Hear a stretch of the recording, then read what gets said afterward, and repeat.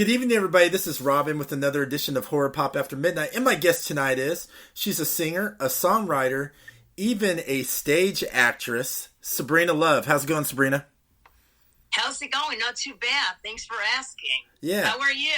Pretty good. Thanks for coming on tonight. Of course. I'm very excited to be here and with another fellow horror freak, so that this is great. Oh, yeah. We're all horror freaks. Now, let's talk about your industrial metal band you do with your sister Melissa, the BA Sisters. I listened to a couple of your songs. I love the song Christine, and then I love that Septula song you did, Territory. It was like very apocalyptic, man. It just really got me rocking. And your sister, the whole idea, yeah. Yeah, and your we're totally apocalyptic, you know. You gotta be in the look the world we're living, right? Everything is falling apart, and and it's going, a lot of shit is happening. Obviously, a lot of good things are happening, like horror films, right? Yeah. It looks like it's coming back and back more than ever, like the 80s, right? So, yeah. You want me to talk a little bit about the BA Sisters, the band? Yeah. How'd you get into it? And tell me about your song Christine, because it had a John Carpenter vibe to it.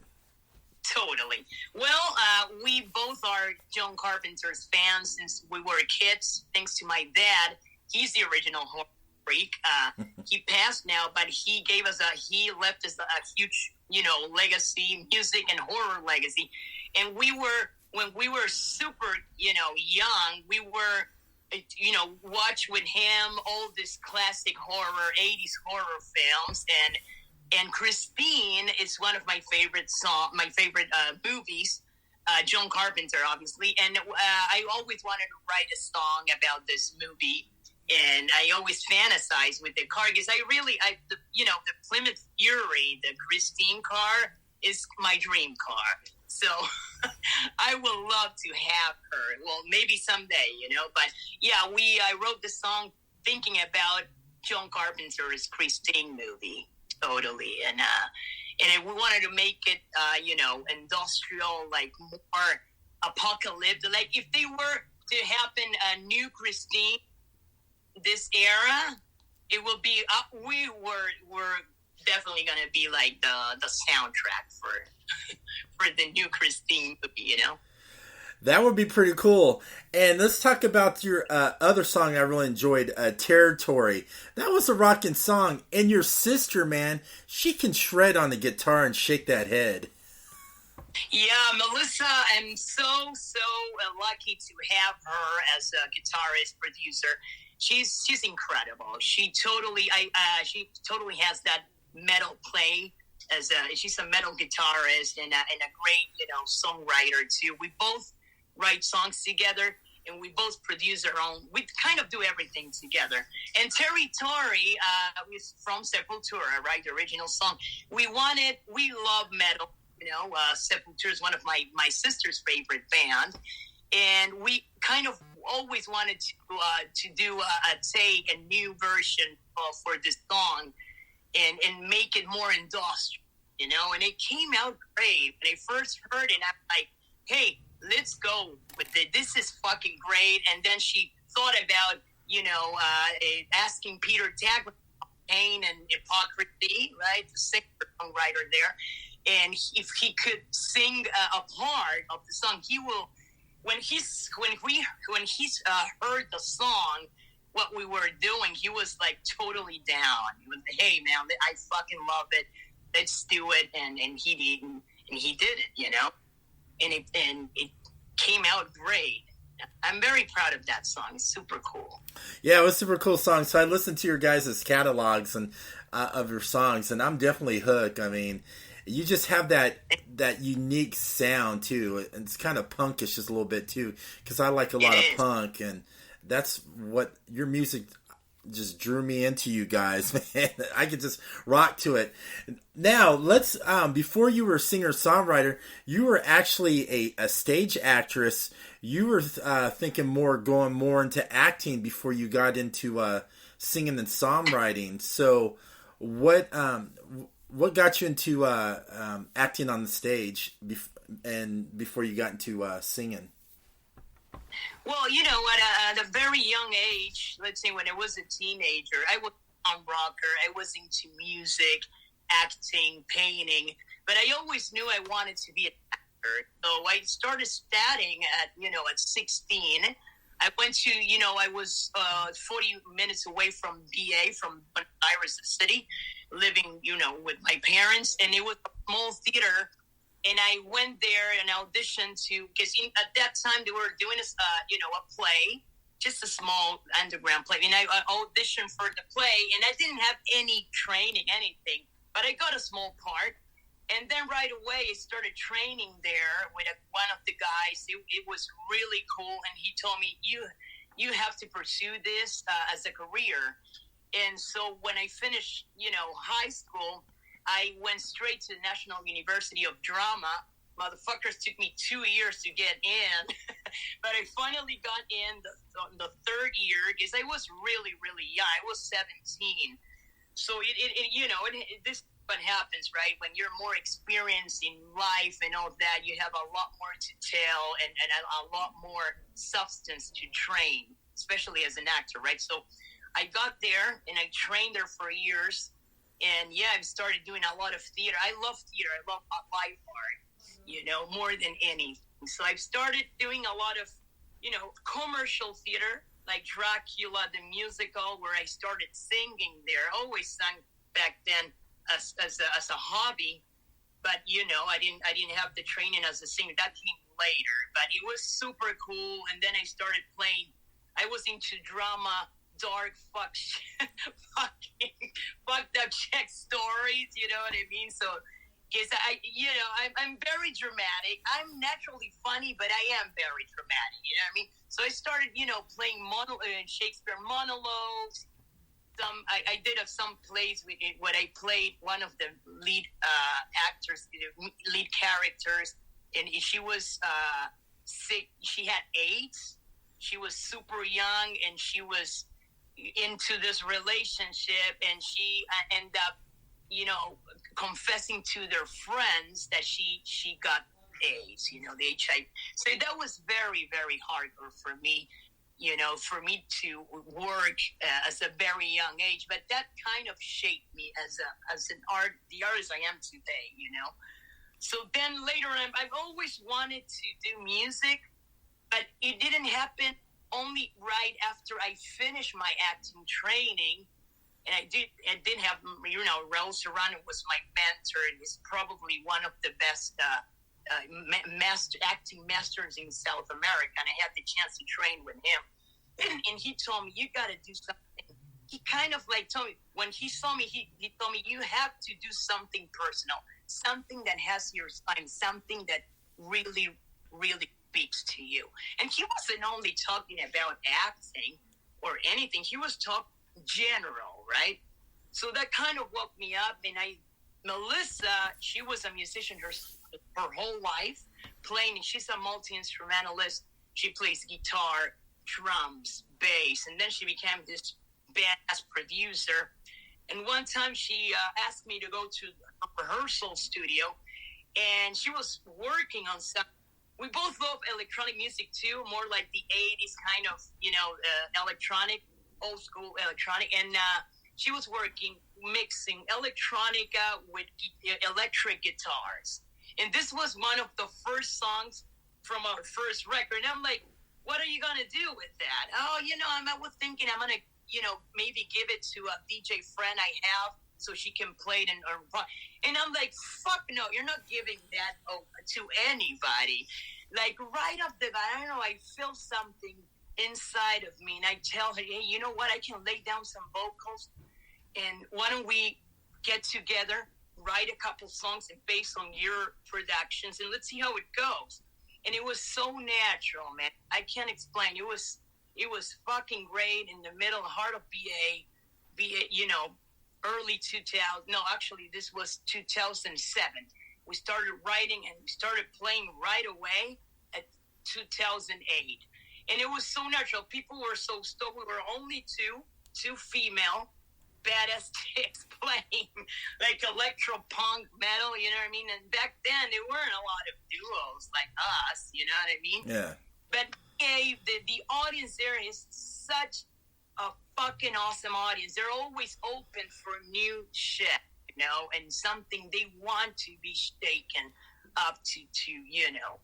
They're always hungry for new things. So we did pretty well. We started playing nonstop, South America, you know. And then this is our second country, man. I'm like, we love it here.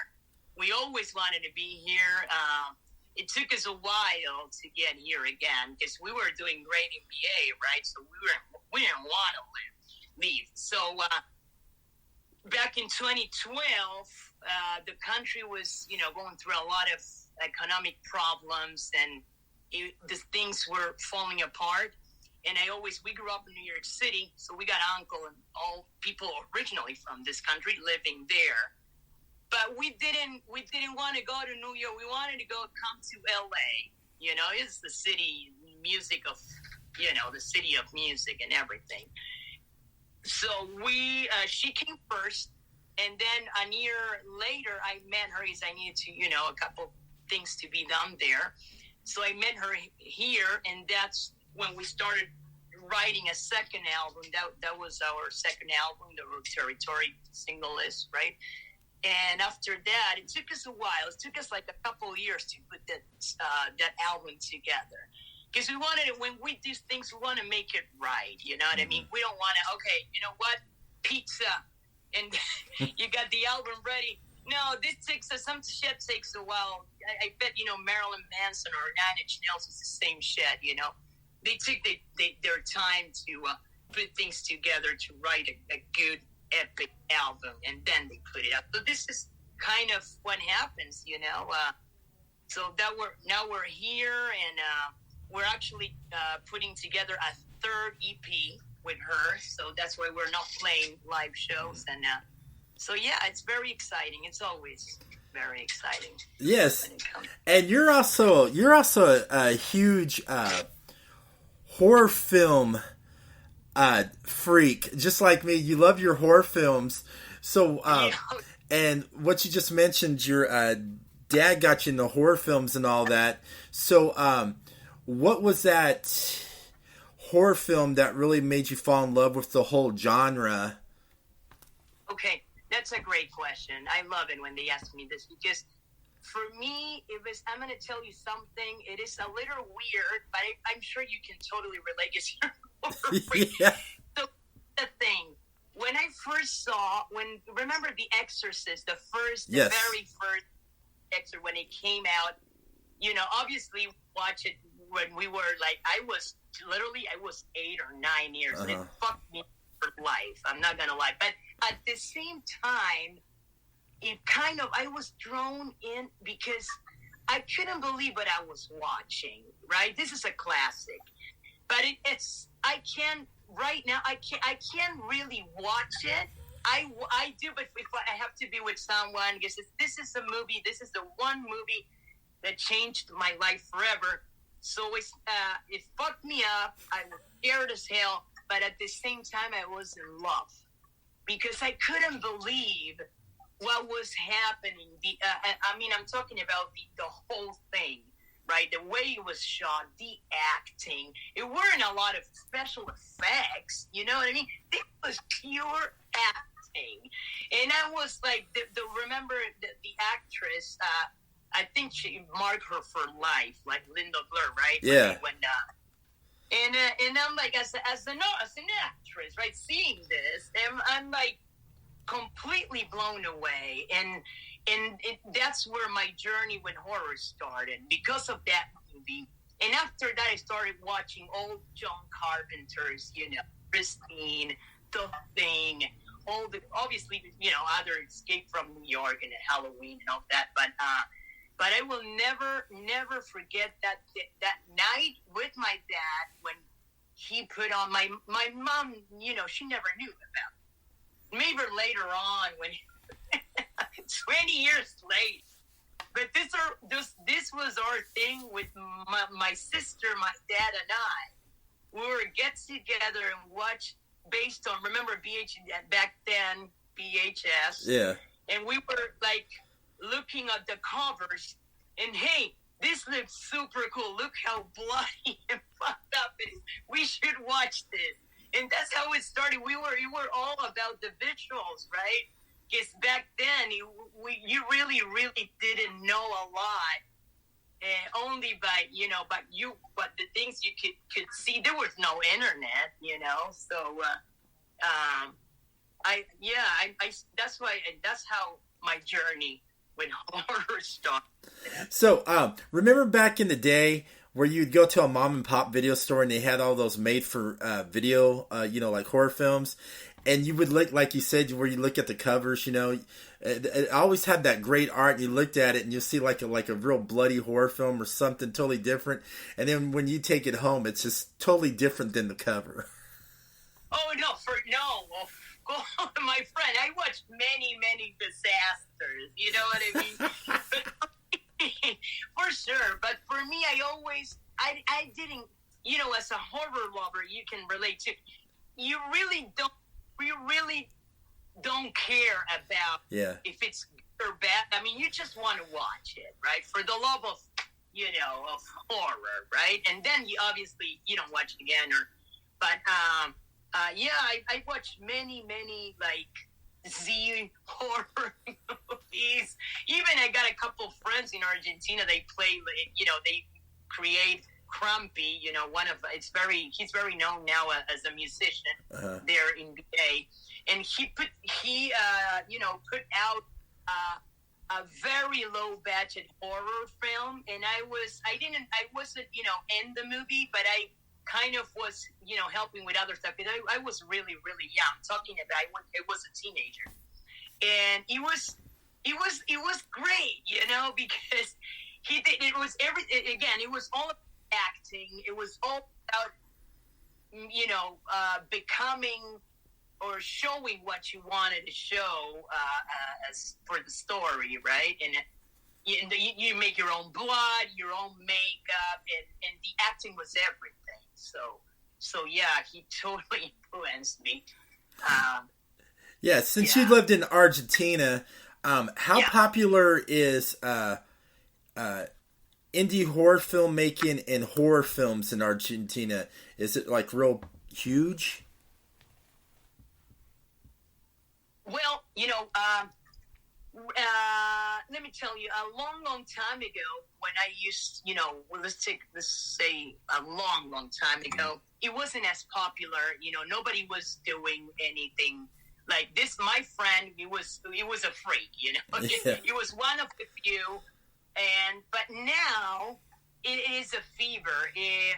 We got a couple. Muschietti, directed the new It. He did a fantastic job with It 2, the remake, right? Yeah. And he created this new clown that is so popular now. It's just like, and he's not the only one. I love It, by the way, the original. It's one of my favorites. I love clowns, and I fucking love him. And there is another guy that's also Argentinian, and he directed this movie, When Evil Lurks. When Evil Lurks. It's so fucked up. You have to watch it. It's a great story. Super disgusting at times. You cannot even, I'm not going to tell you. I don't want to spoil it, but it's so good. It's incredible. And he's doing really, really good. Yeah. I've heard a lot of great things about When Evil Lurks because I'm usually up on my horror films. I just didn't get around to watching that, but you've told me, and I've had several other people, so I'm going to have to definitely... Yeah. Now you can just make fun of me. It's like, what? You didn't see When Evil Lurks? Because I get a lot of people that give me weird faces. It's like, Rob, you watch a lot. Well, it's a lot to watch, And sometimes you have preconceptions of, I get it.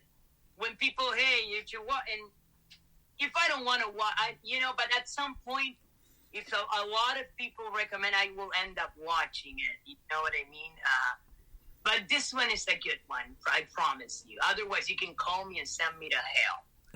You can, but it's a really very old school horror with a great script, and the acting is fantastic. So nothing can go wrong. So since you're also an actress as well, have you ever thought about maybe trying to get some roles in the indie horror film area? Because indie horror is real popular right now. Well, I think it will come in. It will come in time. This is one of my goals. I totally want. You ask me what do you want to do as an actor right now, I want to do horror. Like no questions asked. I'm going to do. But again, I want to do something that really speaks to me. But there's a lot of horror friendly shit out there, and you know what I mean. I don't like the horror family friendly shit. Like there's a lot of I don't want to mention. I don't want to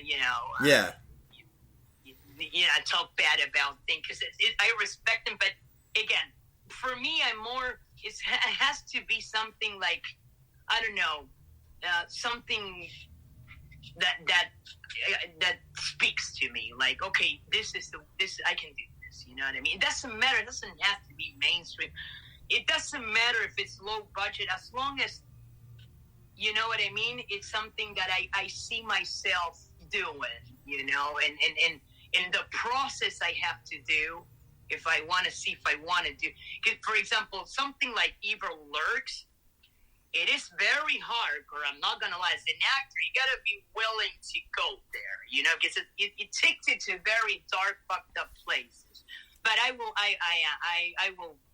will definitely be down to do something like that because I know it's like the thing I like. Yeah. Since you're a songwriter as well, have you ever thought about writing your own indie horror feature film or short film? Well, that's a great question. I have actually, to be honest, I wrote 3 short films. Okay, but they're not horror. One could be maybe. It's more of a suspense thing, a flick, like a thriller. And the other one, they're all kind of. I love thrillers, like there's it goes hand in hand with horror, right? But I wrote 3, short films. I've never filmed them, but you never know. They're there, So maybe someday, because I love short films too, because it's very, and I keep having. You see, this is the thing. When you're an actor and an actor and a musician, this is when I write. Even when I write a song, I see the image first. If that makes sense, yeah, right? I see me playing. For example, when I wrote Christine, I saw me driving the car and connecting with this car and becoming 2 evil, evil 4. Evil team destroying whoever, cross our path. But you know what I mean? So this is the thing that happened to me. I have a big imagination. I have a huge imagination. This is one of the few things good that I have, So when I write, I see the image right away. And sometimes I see characters. Oh, and to be honest, if I had the money, all my videos with the VA sisters will be like short horror films, I want to, for example, I really, because you've got to have some money, especially in this country, Nothing is for free. NBA could get away with, a lot. I know a lot more people, even in New York, hey, you want to film this or you want to, and they do everything because for the love of art, but here in LA, it's impossible, man. You just have to have a little to it. And if I had the money, I will do a Christine video the way I want to do it. I will, get the real car, not the real, but the Plymouth Fury, right? 65, I think it was. And I will do something because I have it in my head, and this is what happened with territory. I told Melissa, I want a motorcycle and I want a lot of smoke. You know what I mean?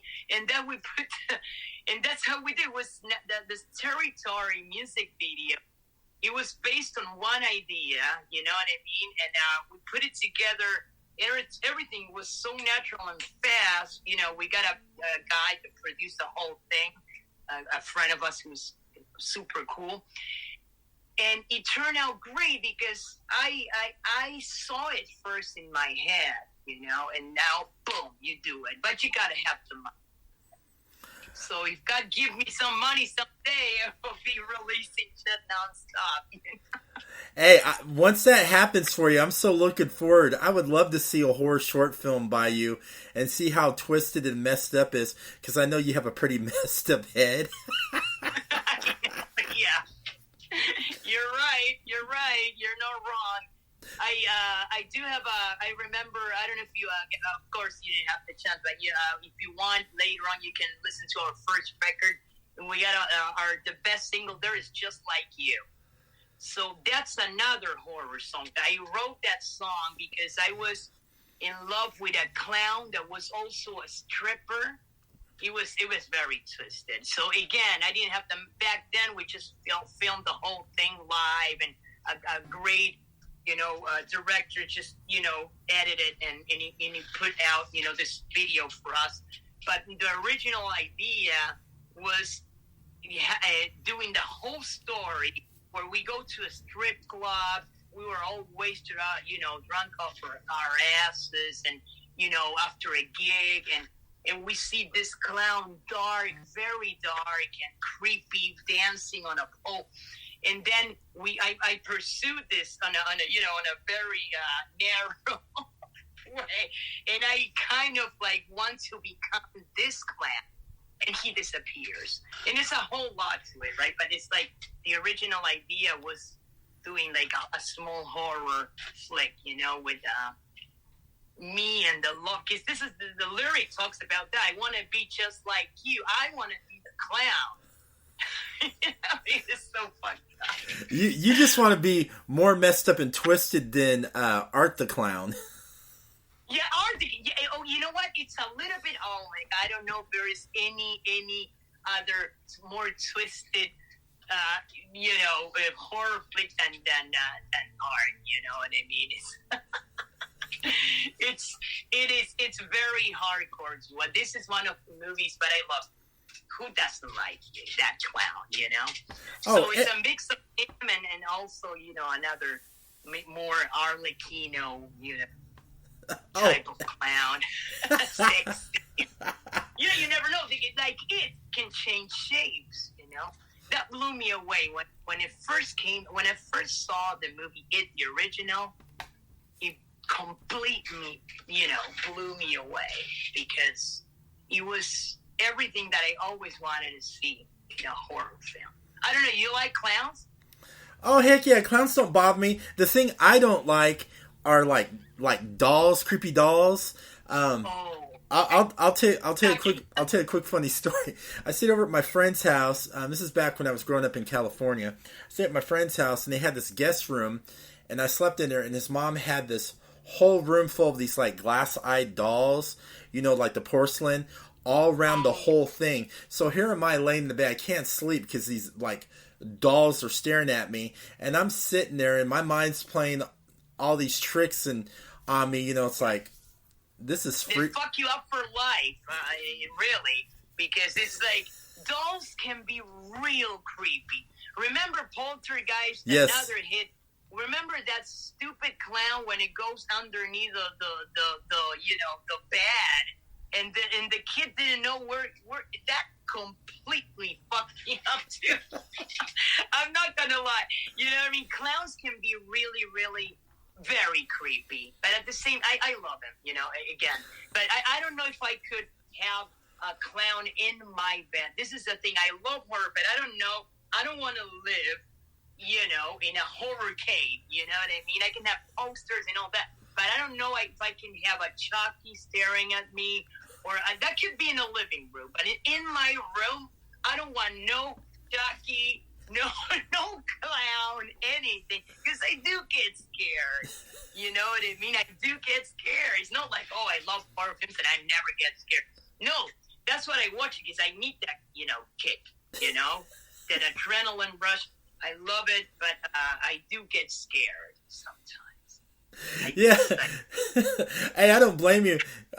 Because in my room, I don't have any horror pictures or posters in my room because I love the original Star Wars. So in my room, I have all the original Star Wars movie posters in my room, and then all over my house, like all the horror just pops everywhere. Except my room, I'll just keep it Star Wars so I can sleep in peace. No, I know. Oh, yeah, you know what? I love Star Wars for sure. E.T. Who doesn't? I mean, they're class. I love Star Wars. But yeah, have you ever watched Hell House? Oh, heck yeah, I've seen Hell House. Remember the very first movie? Yes. Hell House. When they go into this abandoned hotel. I couldn't sleep. When I watched that for the first time, I couldn't sleep for a month. This is the thing, when they play mindfuck games, like when they really, it is a fantastic movie because with nothing, they make you feel terror. They make you terrified with nothing. It's just a camera and this doll, you don't